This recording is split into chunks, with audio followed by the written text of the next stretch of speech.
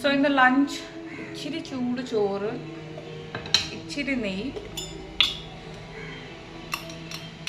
So basically ഈ can ഞാൻ മേടിച്ചതിൻ്റെ reason എന്താണെന്ന് പറഞ്ഞാൽ പെട്ടെന്നൊന്ന് നമുക്ക് നെയ്യ് ചൂടാക്കണമെങ്കിൽ മറ്റേ പ്ലാസ്റ്റിക് കണ്ടെയ്നർ ഇച്ചിരി ചൂടുവെള്ളത്തിലിട്ട് ആദ്യം ഈ ഉരുകിപ്പോകുമെന്ന് പേടിക്കണം.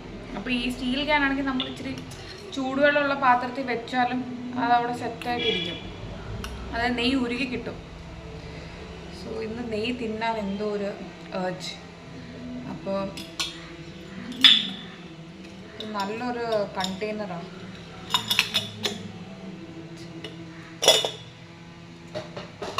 പിന്നെ ഇച്ചിരി സാമ്പാറും പിന്നെ ഇങ്ങനെ ഇലക്കറി.